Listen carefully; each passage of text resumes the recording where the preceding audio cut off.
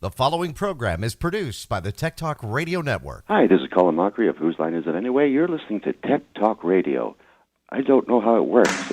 It's all magical stuff to me. Welcome to another episode of Tech Talk Radio. I'm Justin Lemmy. I'm Andy Taylor. I'm Shawn DeWeird. Wow, that was weird. Hey, were you Out opening? of order. Out of order. I mean, we never do that. You got to change it up once in a while, you know? Every once in a while. Yeah, because then Every week we should change it up. all right, so next week you've got it, Sean. Yep. Right. All right? All right, let's do it. Yeah, How you guys doing, man? Good. It's good to see you. I know you had a busy week. Sean just got back from vacation, like what, Glamping. two days? No, we were not glamping this time. It was 10 days in the Upper Peninsula. It was not glamping.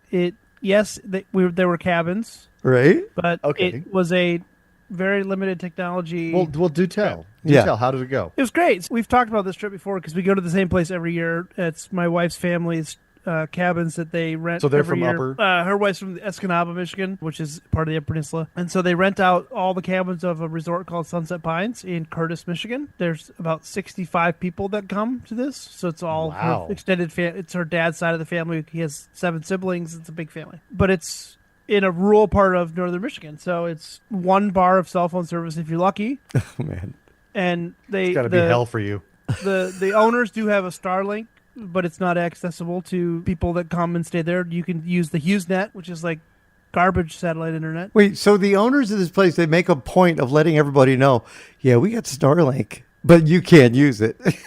I mean, it's even Starlink if you try to distribute it across. I mean, you'd have to add a bunch of mesh networks. It'd be not super easy to do, but it costs money to do. Yeah. Yeah, because you only get Starlink. You only get a limited amount of bandwidth. You know, Yeah. like you sign up for tiers of bandwidth, and if you got what'd you say, 65 cabins up there? I mean, No, it's 12 cabins, but 65 people. Oh, sorry. So okay, yeah. Well, Yeah. 65 people Yeah. each with their own device. Oh, yeah. Yeah, that's going to eat up your bandwidth real quick. Yeah, so I mean, I'm sure they could charge for it, but it's the whole point is to not be connected on this trip, right? So it's you're going fishing, you're on the beach, Wait, are you telling me that you can actually go somewhere and not be connected to the internet? How do you do that? Whoa, it's I never knew it's- that. It's fantastic. Oh my gosh, I gotta try. I wonder that how many of our listeners would ever attempt that. I mean, that means, you have to have your smartphone with you, right? I mean, you take that technology, but how do you say, okay, I'm not going to take this, I'm not going to take that? You still have a Plex server that you take, right? No, didn't take that. Whoa, really? Well, see, So for the boys, right? So they at nighttime we let them watch an episode of YouTube or something. So I've downloaded a bunch of that onto an iPad. And okay. I don't need it to be on. It doesn't have internet, doesn't like Wi-Fi, but it doesn't have cell phone service on it. So it's a handful of episodes that they can watch. We had our phones and an iPad. I'm just so flabbergasted because when I was a kid and my parents, we went camping, and Andy, you can attest to this too. Right. We went camping. First off, we didn't have smartphones back when I was a kid when we were camping, and we didn't have TV. So when we went camping, it was like we would go out and look at bugs.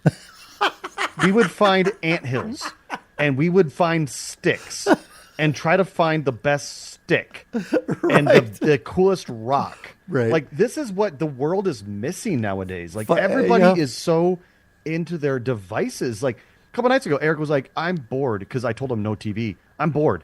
Go out and find insects. And he's like, what? He's like, are we cavemen? And I was like, oh my God. Oh, it is so true.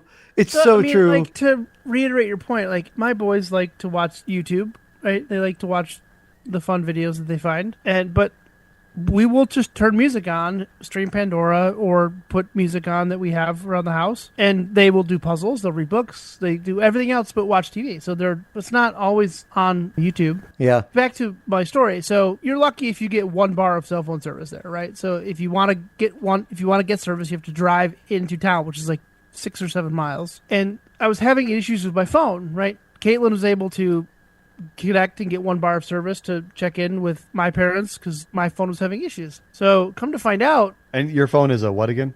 an iPhone 13 Pro. But you have the iOS. and I'm running the iOS 26 developer beta. So I was trying to figure out what was going on with my phone. The battery was dying super fast. Like, I couldn't figure out what was going on. Even on their crappy Wi-Fi, it wasn't working very well. And so I just did some investigation. Come to find out, my phone just decided you no longer have a SIM. You're kidding me. Nope. It couldn't identify. No longer have a SIM. No cell phone plan was attached to my phone. Period. So now, were you running a physical SIM or a eSIM? So the story gets a little more complicated. Oh as we boy! go. Back when I bought my gonna phone, be good. back when I bought my phone in 2022, I bought it, got the physical SIM. 2 days later, it fell off the counter at work in the bathroom onto the tile floor and shattered the back glass because I hadn't bought a case for it yet. So I took it back to the Apple store because I had Apple Care, and they said, "Yep, no, it's covered under Apple Care, no problem. We don't have spare parts for the phones yet because I just bought. It was the week of release, so I got a whole new phone. I got a whole new iPhone 13." Break a phone like within 4 days of it coming out. But at that point, they wouldn't activate a new physical SIM, so they just activated an eSIM. Cool, problem solved. Fair enough. Right. Yeah. 3 years later, we're here. This is the problem I'm having. Is not finding the eSIM, whatever. Drive into town to the public library in Curtis, Michigan, which is like smaller than my house, and get on their really old computer and connect to Verizon and get somebody and I'm just picturing the dial-up sound as you're sitting here. not dial up, not dial up. It's not that. Mail. Connect to Verizon, and they have me check my email and scan a QR code with my phone, and it tries to activate the SIM over the Wi-Fi. Just sits there and spins, doesn't do anything. Ooh. So we restart my phone, try it again, introduce me a new second, doesn't work. Couldn't make it work. And I was like, you know what? I don't have service anyways. It doesn't matter. Like, I'll just deal with it when I drive back home. So 2 days ago, we got You felt back. naked, right? You felt naked. No, I didn't. I during that didn't. time. I really didn't. It really didn't bother me that I was disconnected. I mean, we had Caitlin's phone, so if there was an emergency, it wasn't a big deal. So I go to the Apple store, and they're like, well, you're running the developer beta, so why don't we just, because they ran a hardware scan, and it said there was a hardware failure, whatever. He's like, all right, let's restore your phone back to iOS 18. Uh-oh. So they restored it back to iOS 18, and now it was saying there were 2 SIMs in it. What? How? So Okay. the 2 eSIMs that we registered with Verizon worked, but there was an issue with the developer beta that was no longer showing the eSIMs. Oh no. Ooh, that's what you So get now that for there were running a developer. Oh man. now that there were 2 eSIMs on there, I could make phone calls, but iMessage and text messages didn't know where to go because there were 2 SIMs and it was conflicting. Oh boy. So then it was a Verizon problem. Right. So I go over to Verizon and they're like, "Oh, this is weird. Cool. Let me pop out your physical SIM card." I was like, "Wait, I don't have a physical SIM card." Pops the door open. There's a physical SIM card in there. Are you kidding me? Why? I had a physical SIM card the whole time. Wait, was it I thought you- the SIM from the other one? It had to have been. I don't know. I thought you said. But my phone never had a physical SIM attached to it. It was always an eSIM. So they you're must have talking just about, like- moved the SIM card over. Is this some David Blaine stuff?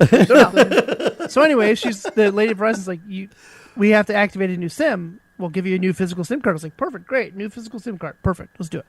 Solve the problem. An hour at Verizon, and it was up and running. It was fine. Update back to the developer beta. Run my iCloud why would you do backup. that? Because my iCloud backup is in developer beta. I couldn't Oh, back no. up to This is iOS why you 18. don't do betas. Oh. So I don't have a current, I'm a month in on the developer beta. I don't have a current iOS 18 backup. Yeah. This is why you don't do betas. Oh So god.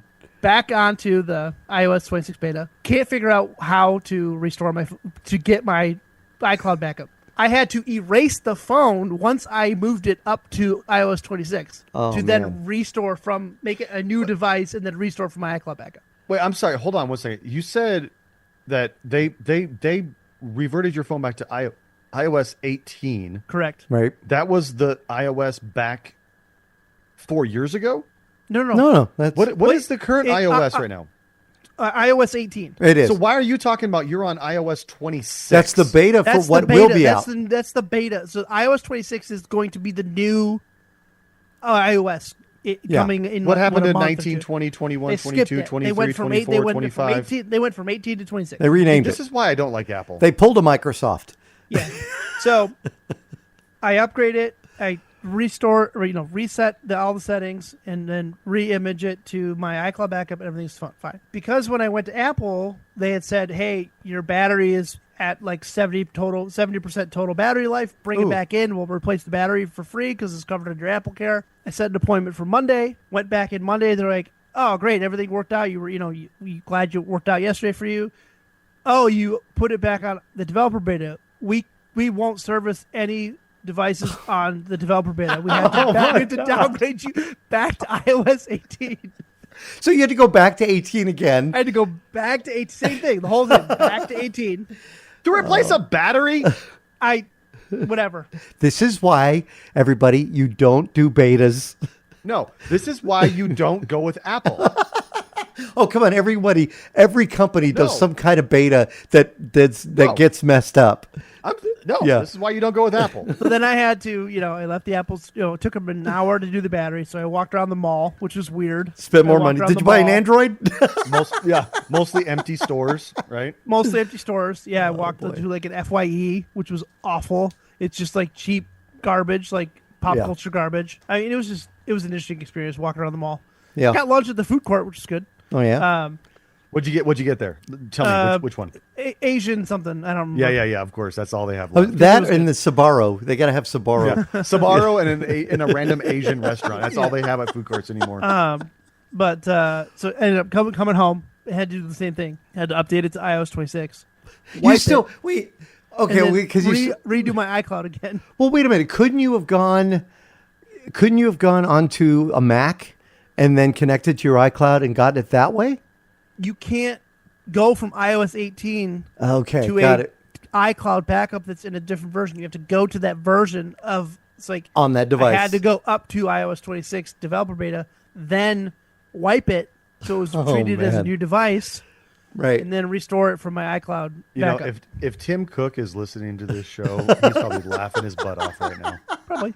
Frustrating. That is so frustrating. That's the same frustrations I ran into, Shawn, with this new laptop. All right, number one, I wanted to ask you guys, I got a Lenovo 530, right? I bought it back in 2019, and it was great. Everything was great. One morning, I used it. I had it on a table, and then somebody said, "Oh, I need a file. Can you send me the file?" So I went, got it off that laptop, put it on a flash drive, went to my desktop, and did it that way. I get to work, and I open up and plug everything in. I open it up, wouldn't power up. Couldn't figure out what the heck was going on. No power. Checked the charger. I had a light there. I had a light that it was charging. Nothing at all. So I had to go without a laptop. It was like for a whole show. It was crazy. So I get it home and I start, reading about it. I go ahead and I open it up. I look, everything's connected right. It looks good. And I read about this Novo button that the Lenovos have on the side of them. So you have a power button, and the way that this one's designed is terrible. It's got the keyboard up on top. It's basically a sealed keyboard, right? It's not like the keyboard that pops through. And you've got a power button. So the only way to get to this button is by removing the motherboard, the fan system, everything. And so I don't know, is the button screwed up? So I press the Novo button, and I get a power light, and it comes on. And I'm like, wow, there's no message, no warning, nothing. It's working. So I'm all happy, and I think, okay, whatever it was, it's fixed. I shut it off. The next day, I decided to take a look at it. I go to power up, no power. So I thought, maybe that Novo button had something to do with it. I pull the back off of it again, and I push that button, and nothing. And I'm like frustrated. So I think it's got to be maybe the CMOS battery. So I go ahead and I order a CMOS battery.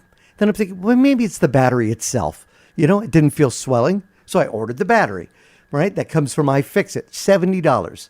So I get that. In a couple of days, and I hook it all up, and it powers up. But it doesn't power up with the power button on top. It powers up with the Novo button. So I'm thinking, okay, there's something else here. And then is when I shut it down, right? And I go to start it up again. Same thing.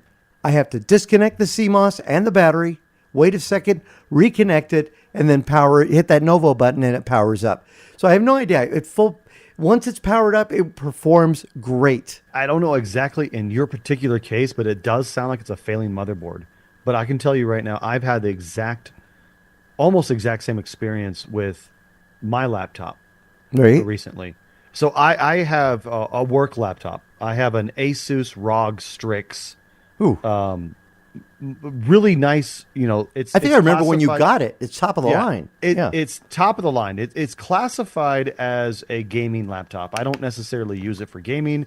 I use it for a lot of Photoshop, video editing, things that I have to do it where because I have to troubleshoot a lot of other people's problems. So Right. if they have a problem with like Photoshop, I have to have Photoshop so I can figure out what's going on with it, right? Anyway, top of the line laptop.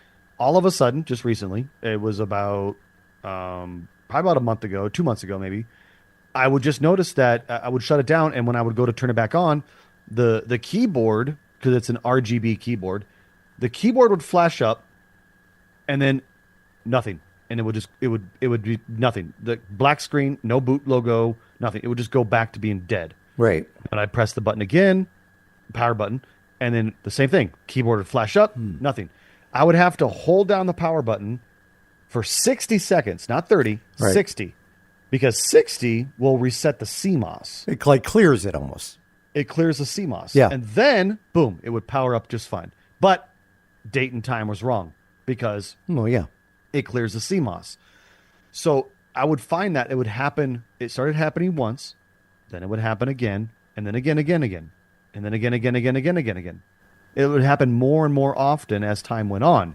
And so I started looking up this problem, and there was no concrete evidence about it, but it does sound similar to what your problem is, Andy.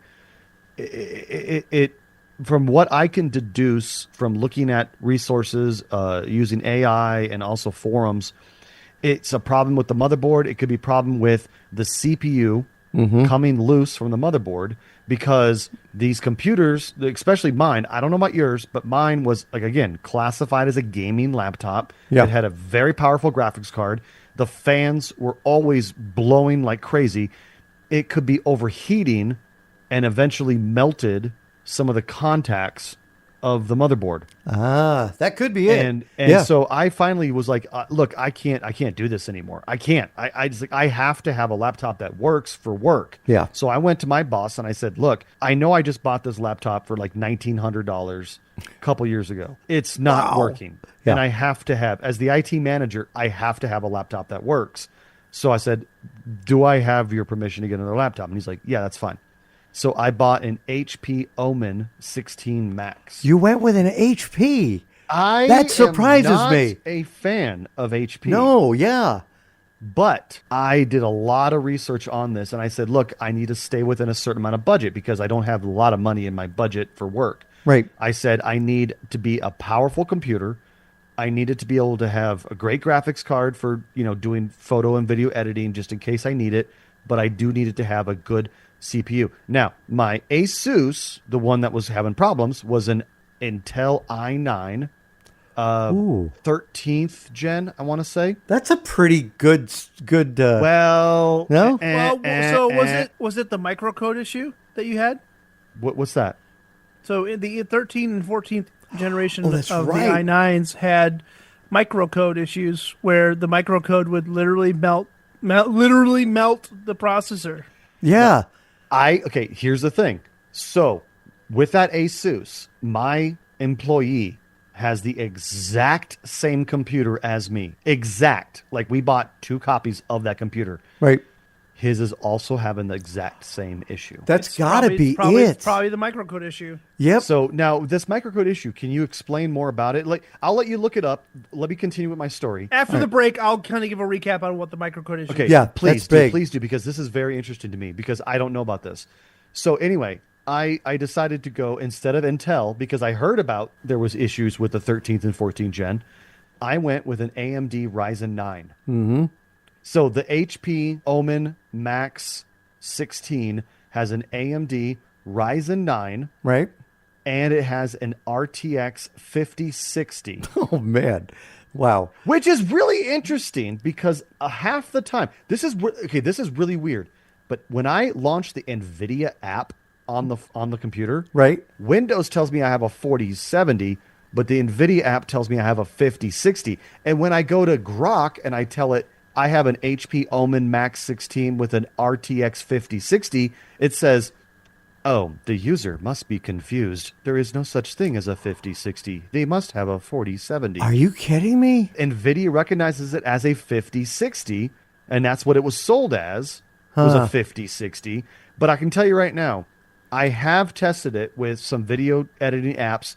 I even went ahead, I even did the unthinkable.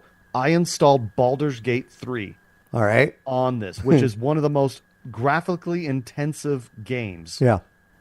It runs it like butter. Really? Do you hear the fans spinning up a lot? The fans are hardly even present.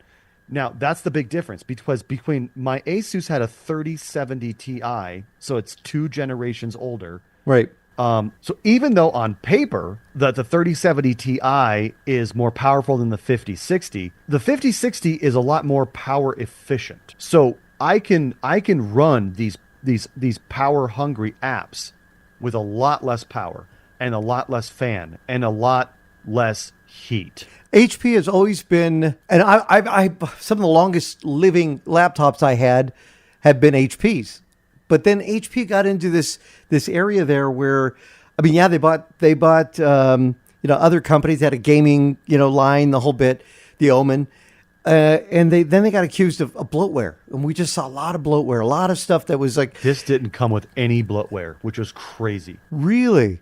Yeah. For an HP, that's color me surprised. Yeah, no, seriously. This did not come with any bloatware at all. So I ended up doing this thing. I had to get a laptop because I use it for work, business, the whole bit. And I was thinking, well, I had good luck with an Asus that eventually died, but it'd been in service for many years. Then I went to this Lenovo, being the fact that it was in service for 5-6 years, and then it's been giving me problems. I was like trying to figure out what to get. I go to Walmart. They had their ROG. They had a ROG that was there. Asus, Republic of Gamers. It was their top of the line. It was marked down to $1,200 from $1,600, but it was missing keys and it looked like it'd been beat up. And I asked the clerk, I said, "Do you have any open box, of this one that's marked down to $1,200?" They go, "No, that's the one." I said, "But it's missing keys." And I said, "Tell you what, you mark it down to $9, I'll buy it." She said, "Well, you could talk to the manager." And I went to the manager and I told them the same thing. Well, somebody will come along and probably just want it. And I thought, okay, I'm not going to spend that money on it. I ended up getting myself another Lenovo. And it's AMD. My first time back to the AMD platform after so many years being Intel. AMD has gotten so much better. I'm pretty impressed. The problem with this thing, and it's been driving, I reinstalled about 3 times, was Microsoft Windows wants to attach to everything. OneDrive wants to be your best friend. And OneDrive... So does Copilot. Oh, my God. Uninstall OneDrive. So OneDrive actually screwed up my install in the studio because it grabbed the desktop, and I don't know what it did. It just destroyed my desktop of another computer just because they were sharing files on OneDrive. The worst experience ever. And I don't mind OneDrive for a document, like being able to upload it and grab my document. I don't want it to share desktops. I don't want it to do all this. I have a backup solution from Acronis. Just leave me alone when it comes to OneDrive. Just was awful. And I think I finally got it set up. And now my big question, I asked you, Justin, the other day, should I go with a local a local user on Windows, or do I do the log into my Windows account, my Microsoft account, and go that way? Some people have said go with local instead. So that's why I wasn't sure what to do. Connecting my computer to an account that is solely based by Microsoft scares the crap out of me. Yeah. Why would you not just build a local account? That's my opinion. Like, that's what I do for my computers. Right. And I just connect things internally. Like, if I have my Outlook, I've got other things that I'll connect to, but I don't, because you have to I feel like it's going to have to authenticate to their servers every time you connect to it. Yeah. Just be like an Active Directory. I would just do local user. Like I wouldn't connect it to an account. I was gonna say I've always just done what Microsoft wants because part of it's because they make it so gosh darn difficult to not do what they want. Yeah, exactly. The reminders, the nags. Well, not even the nags. It's like you can't even install Windows now. Yeah. Without connecting to a Microsoft account. If you go to install a fresh copy of Windows, it's like, all right, here's the part where you have to set up Windows, sign into your account. There's no skip. There's some workaround. There's a workaround, but you have to type in a special command, reboot the computer, disconnect from the then net. go through and it's ridiculous. And you can't have it plugged in. You can't have the Wi-Fi card plugged in because if it detects any semblance of the internet, it's like, whoa, you've got internet, bro. You gotta connect. Yeah, you can't have. We know what you're doing. You can't have an Ethernet cord plugged in. You can't have the Wi-Fi plugged in. Like it knows that Wait, you're hold on. trying to Did skip. you just say Wi-Fi plugged in? It- do you yeah. do you even Wi-Fi, bro? No. So when I tried to do it I built a computer for my niece. I had to physically pull the PCIe wireless card out of it because it would not. Yeah. It kept saying you've got wireless. Yeah. It's ridiculous. So once I did that, ran the no pass, whatever Shift F10, whatever the code is. Well, I told you once I disconnected the Wi-Fi card from the motherboard, it let me do it without. I think it's like what AB up down left right Yeah, right start. Yeah. Something like that. Yeah. I told you the system in the studio got messed up. Now I can my production system's okay, but the other one that I use for editing and stuff like that. So I'm thinking maybe it's time to just put Linux Mint on one of them. And then I was thinking, but the problem is, then can I network? Can I network with the other computers? Of course you can. And I started asking ChatGPT all these technical questions, and it told me, use Samba. Apparently, if you're on Linux Samba. Mint and you use Samba, you can network. No limitations, honestly, to what you want to do. I mean, obviously, there's going to be some. Linux is just making, here's the thing. Every time Microsoft makes a mess up and they take one step back, Linux takes like a half a step forward. It's just the thing about And getting into eventually people. Linux is going to take over. It's the thing about getting into people's hands that, hey, here's something you could try. It's either going to be relatively inexpensive or free, and this will do what you want it to do, and it's not going to look too different. Microsoft keeps changing the look for its OS anyways, so why not? Here's something you may be familiar with. It looks like Windows 10 or Windows 7. The problem with Linux, though, I could go on and on about Linux, but here's the thing. But the problem with Linux is, one of the main problems is, as soon as people start to get into Linux, it's like that famous meme where the guy is hand in hand with the girl, but he's looking back at the other more attractive girl. Could have had that. Okay, Yeah. so let's imagine the guy is the user. The girl that he's hand in hand with is Linux Mint. The girl that he's looking back at is Windows 12.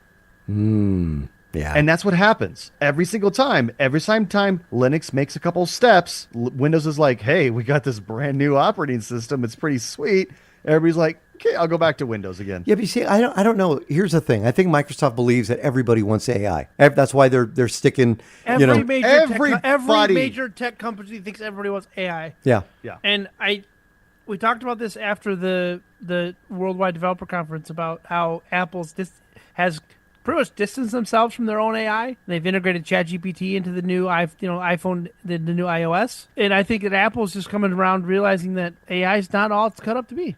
Yeah. Well, Absolutely. Maybe in certain aspects, but there's a whole nother conversation about AI that we could have. We got to take a break. Come back, Shawn. You looked up some stuff on this microprocessor code error that Intel had with 13th, 14th gen. So we'll go over that when we come back with Tech Talk Radio. I'm Andy Taylor. I'm Shawn DeWeird. And I'm Justin Lemmy. Find us on the web at techtalkradio.com. We'll be right back. Now, back to Tech Talk Radio. So before the break, we were talking about Justin's laptop woes. Yeah. And when he mentioned the i9 processor, 13th gen, I immediately keyed into, hey, 2024 Intel, when they released the i13 or the i9 13 and then the i9 14 generations, they had a pretty significant issue with those processors. Was it 2024 or 2023? I think it might have been 2024. It was? Well, okay. See, okay, but the thing about the one when I bought it, it was 2020.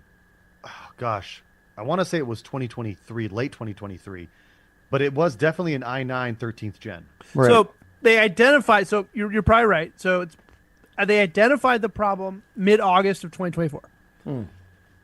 So likely it affected probably early i13. Yeah.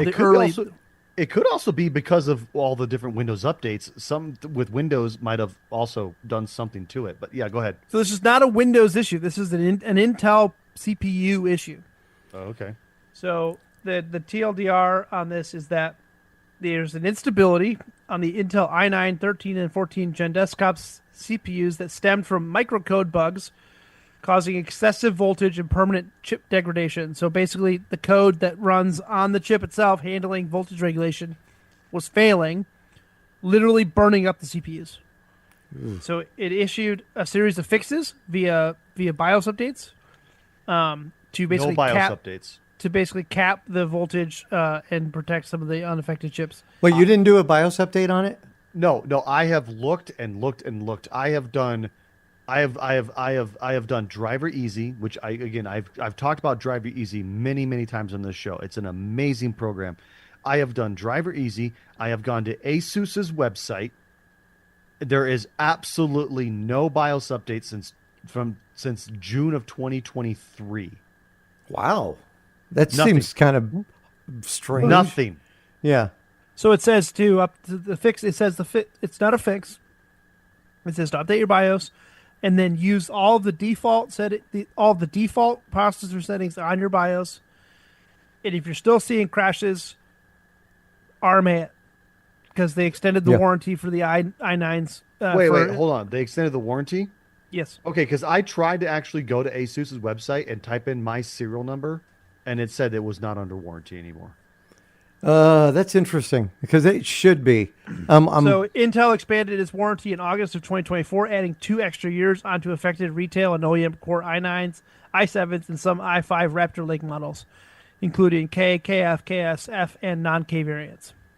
Man. I don't know how to resolve this then. Yeah, I'm holding on to my Lenovo, hoping maybe I can find a fix for that. Well, I'm holding on to this too. I mean, I was literally about to give it to my intern and say, "Here, take it apart and see what you can learn about a PC." Mm-hmm. But I don't want to do that because it's such an expensive PC. Or I could sell mine and just say, just unplug the CMOS, unplug the battery, plug it in, and it'll work. It's ridiculous. So but no, both machines you guys are talking about are running the i9s.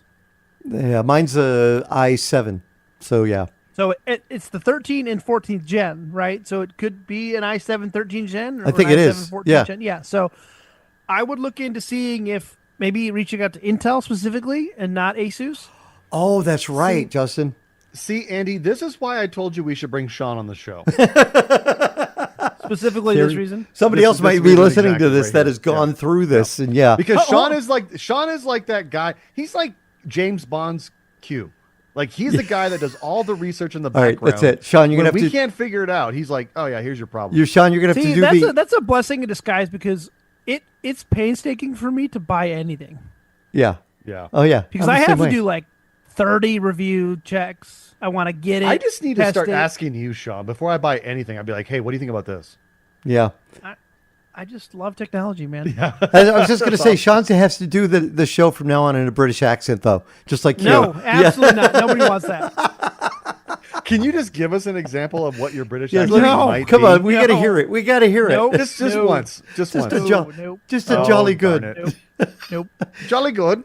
I'm a real Brit, so I can listen and tell you. Andy can actually do a British accent. Get a no doc and be gone if I do that. Oh my God! Even if you do it as what is it? The Michael Caine. Yeah, nobody Andy, I'm sorry. Can you do a Michael Caine, Andy? No, I can't. I can do an Aussie. That's about it. Do an Aussie. I like the technology. I don't. It takes me a while to get into it. You know.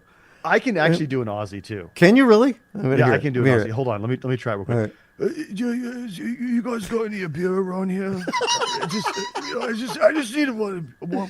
Oh, we do that in respect for Ozzy. Screw the lot of you. Screw the lot of you. Were you at the station when Ozzy came in 2001? Because you were working with us back then. Yes, of course I was. So I don't know if you saw him, but Yeah. it was pretty cool. Yeah. Yeah, it was amazing. Came to the station. R.I.P.. But yes, rest in peace, Ozzy. So reach out to Intel Okay, yeah. Okay, reach Hey, out to hey, Oh, you guys- thanks for you getting guys back on screwed track up. there, Shawn. and Wait, are you talking about should we literally reach out to Intel or Yeah. the manufacturer of the laptop? Oh, I think Intel first. Well, how could Intel? I mean, what's Intel gonna do? Intel's gonna be like, well, you got to reach out to your manufacturer. Yeah, that's probably he's but right. it's an Intel problem. Well, okay, but they're not gonna literally like. Are they gonna take my laptop back and put it with a different Intel? There's a serial processor? number on your CPU. Take Yeah. it out. Take the serial number and take it to Intel and say, I'm having this issue. Yeah. Fix it. Here's an interesting thing too, and one other thing I would mention, Justin, is do a search for a class action lawsuit, just to see if anybody else has had the same issue. This happened to me just a few weeks ago. I had a customer bring me a laptop that they said, "Can you put Windows 10 on it?" And it had Windows 7.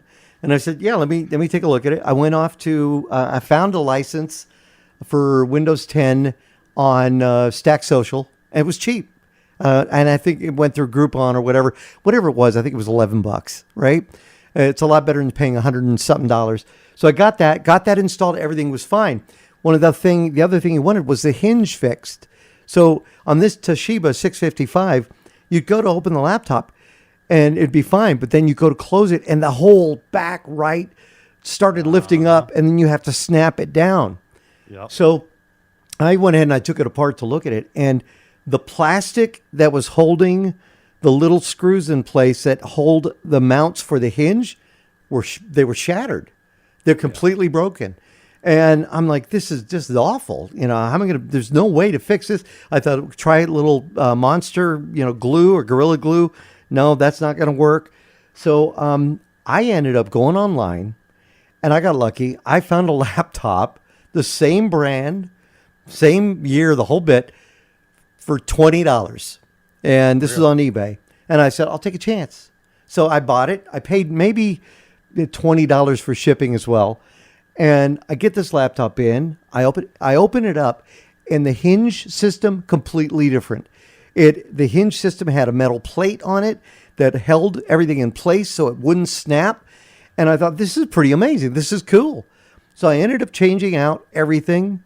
I had to take motherboard out, the whole bit, and got it into this case, and now perfect with the hinges, the whole bit. But while I was doing the research for this, I found out it was a class action lawsuit against Toshiba for this hinge system that was breaking on everybody that was opening and closing their laptops. Really? But it was too late because it had already been satisfied. With the courts, it was too late to try and file a claim. Just other people. Luckily, this laptop I got in didn't have that issue. Matter of fact, I think it came out after this model, this When they guy's fixed model. it. Yeah, So they had yeah. fixed it, and I just got lucky there. But Interesting. Yeah. Okay, I'll check into that. Yeah. Yeah. I mean, the problem also is like Asus customer support is pretty much non-existent. everything is that way now. Don't you think? Customer support, it's hard to get in touch with anybody. And if you do, it's just AI. It's like usually you're talking to some it's like, "Hi, I'm Greg. How can I help you today?" And I'm like, "Greg, are you an AI?" And it's like, "Yes, I'm an AI. I'm here to assist you." I'm like, "Put me in touch with a real person." Yeah. I'm sorry, Dave. I cannot do that. That's your 2001 voice. Yeah. Yeah. No, it's frustrating. sorry, Dave. But I I was thinking about cannot this do that. I was just thinking about this the other day. I'm restarting my design business, my service business, going a little more forward with it. And I get so much spam calls, and they're local spam calls. Now, I must say, I am on Xfinity. A lot of the information, Xfinity had a big hack. A lot of that got out there that had my home residence, that had my phone number, my name, business, the whole bit. And that's how they got the information. So I'm thinking it's time to change the phone numbers and time to change emails and just start over and see. Hopefully I won't get somebody else because businesses have to deal with that now. Spam calls to the front desk. What do you do? Is there any service that will block them? Or do you just offshoot them to an AI service that will answer your call for you? Well, okay, a couple quick thoughts about this. I actually subscribe to a daily newsletter that comes into my inbox every day. It's Roca News. And this might be like the website of the week. I don't know. We'll talk about it later. But one of their common advertisers is Incognito. And they always talk about it, Incognito. You sign up with them. It's like, I don't know, $30 a year. Something like Right. I don't know exactly. But they promise to like remove your information from the internet as best as they can, especially the dark web. Oh. And they claim that they can reduce spam calls, spam emails by 90%. So that's kind of interesting. Wow, So 90%, that might be, that's pretty big. well, yeah, it's a bold claim. Yeah. But it might be something to look into. Incognito is one of those websites that might help you out. All right, we got to take another quick break. You wanted to talk a little bit about AI as well. I know we have a listener question as well and a comment on our website that has got a lot of people upset. So we'll do that when we come back. I'm Andy Taylor. I'm Shawn DeWeird. And I'm Justin Lemmy. Send us an X at Tech Talk Radio as long as you're not spam. We'll be right back. And now, back to Tech Talk Radio. So we were talking a little bit about AI in the past here, past couple segments.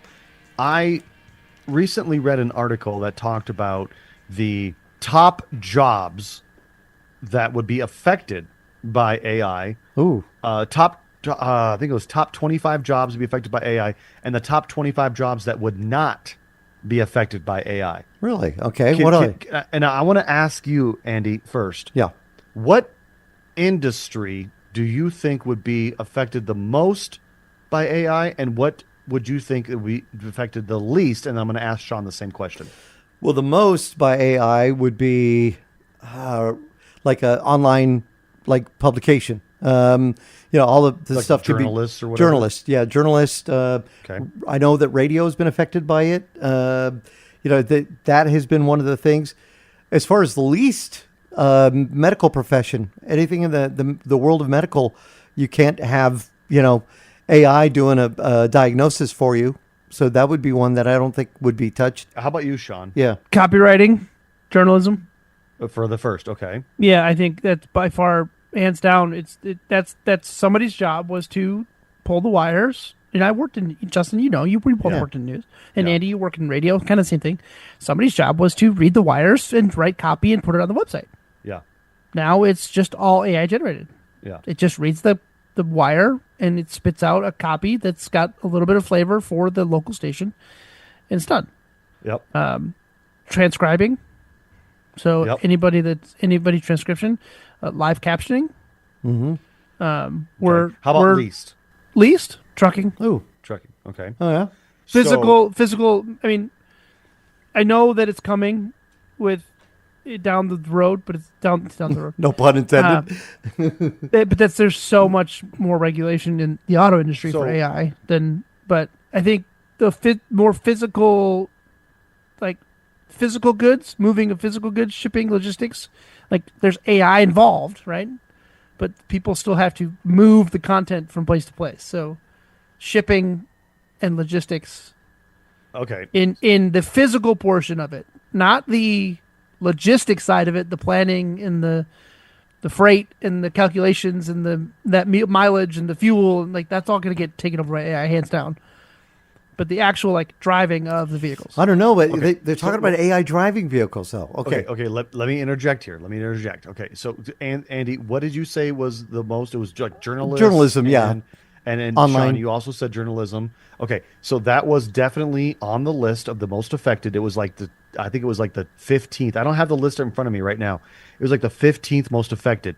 The other ones that were affected were basically all of the top college degree jobs. Whoa. Really? Anything that had a college degree was going to be affected by AI, including computer programming, including banking, including just basically any. If you look down the list, it was pretty much anything with a college degree. Now, you said least affected by it. Shawn, you mentioned trucking.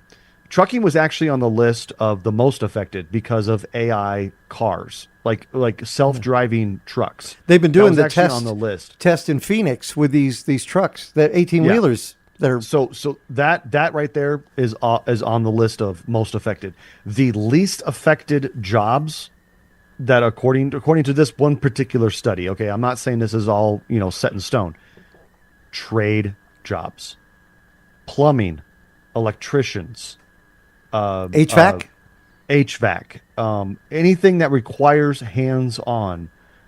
These were the least affected jobs. Now, this is kind of interesting because, we talk about people like, kids growing up, they're like, oh my God, you got to go to college. You got to get a degree. You got to be successful in the world. You got to get a degree. But there's so many people out there that are like, no, you don't necessarily have to get a degree. You need to get a trade. Go study a trade. Go be an electrician. Go be a plumber. Go do this. And I know these people, these are not office jobs. These are not regarded in today's society as being the most prestigious jobs. But I'll tell you right now, these are the jobs that are not going to be affected by AI, regardless of what AI ends up turning out to be. These are the jobs that are still going to require human hands to do this. And trade skills are just becoming more and more prevalent in today's society versus going to college, getting a 4-year degree, coming out, and then finding no jobs. Yeah, that's that's scary. Spending all that money for the education and then find out there's no job. That's why I'm not pushing for Eric, my son. He's 8.5 years old. I'm not pushing for him to go to college. Now we're not at the point where I'm talking about him going to trade school. I mean, he doesn't even know about what that means. Yeah, but I'm going to tell him, look, man, there's other options out there besides just college. Like, especially when it comes to the world of AI. If AI is going to take over journalism, which was very high on the list, let me try to think of other ones that are out there. Medical was even on the list of most affected. Yes, medical assistant was on the list of being the most affected because doctors are turning to AI to help diagnose certain ailments. I like how some medical offices are using technology like tablets. You go in, you're given a tablet, and then you enter your information onto that tablet, and it is stored the same way of, but it, number one, reduces the paperwork load, and number two, makes it faster for you to be processed. But will they eventually get rid of those people that are checking you in when you go to the hospital, whether you're having a baby or having heart surgery? I have a bone to pick with that, and I think our listeners will too. Every time I go to the doctor's office, they ask me, before I come in, fill out this online questionnaire. Right. I type my name, my social security number. I type in all my ailments. I type in, do I have, all these different diseases? No. Right. I get to the office. They're like, okay, now you need to check in. They give me another tablet asking me the same damn thing. Yes. And then I get into the waiting room and the doctor comes in and asks me the same damn questions. You are 100% correct. It's so stupid. Sorry. There is a certain amount of redundancy while trying to be the Department of Redundancy Department. Damn it. All right, we got to take a break. That was good. We'll come back with more of Tech Talk Radio. You have a website of the week. We got a listener question. I don't know if we can get this in, but we're going to try with more of that. I'm Andy Taylor.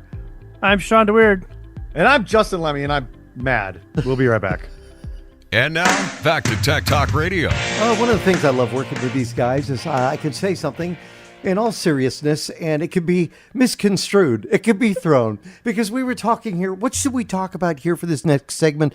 Things that are important. I thought, when we're in the summer months like we are and it gets really hot, we need to talk about your technology, your computers in heat.